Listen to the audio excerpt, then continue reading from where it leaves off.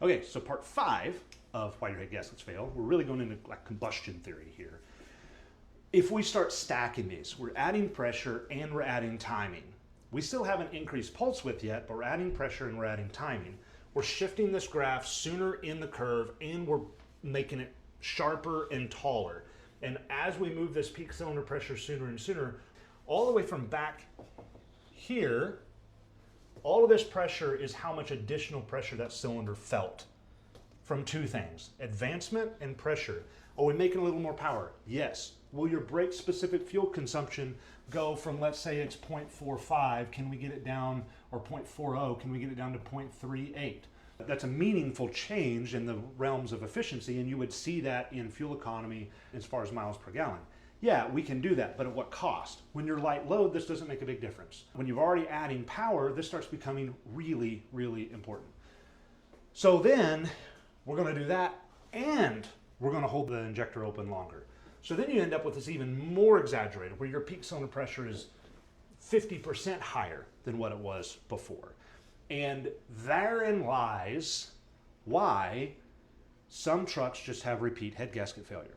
You've gone from a peak cylinder pressure, I don't want to misquote this, but let's say it was 3,000 PSI, okay?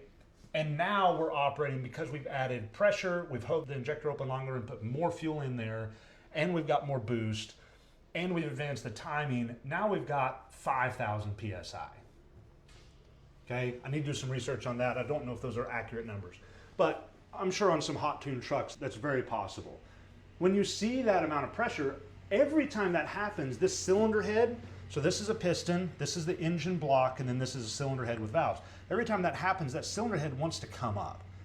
It's trying to push the piston down, but the cylinder head wants to come off of the block. And so there's where the thing, oh, all you need to do is put ARP head studs on there. And that helps. That helps a lot, but it doesn't fix as you keep going and you keep compounding this.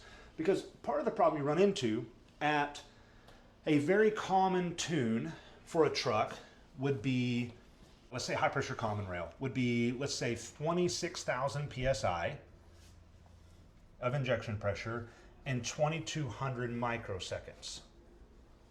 Okay? That's 2.2 milliseconds. At 1,800 RPM, that's 23 degrees of crankshaft rotation. Okay? So if this is like a wide open tune on some trucks, like a 500 horsepower tune, if that much fuel is squirted in at 1,800 RPM, and you start at 20 degrees advance, because I've seen that on some trucks, I've seen 20 to 30 degrees of advance.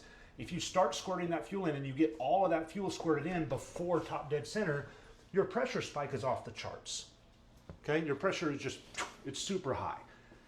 As you speed the engine up, now we're talking about 3,500 RPM. A lot of trucks shift up there over 3,000 RPM, even with a hot tune, maybe 4,000 RPM.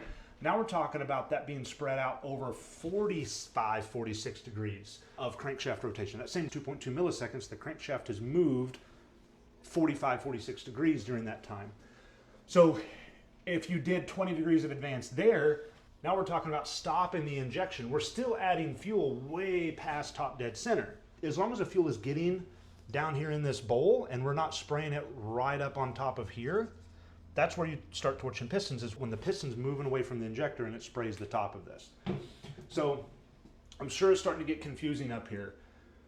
2,200 microseconds. At low RPM, you have to run a lot less timing because that event is going to happen over 20 degrees. So if we put 5 degrees of timing in it, advance, and we'll start squirting in at 5, and we're running that over here to 15, 20, we've got a lot of heat release right here after top dead center.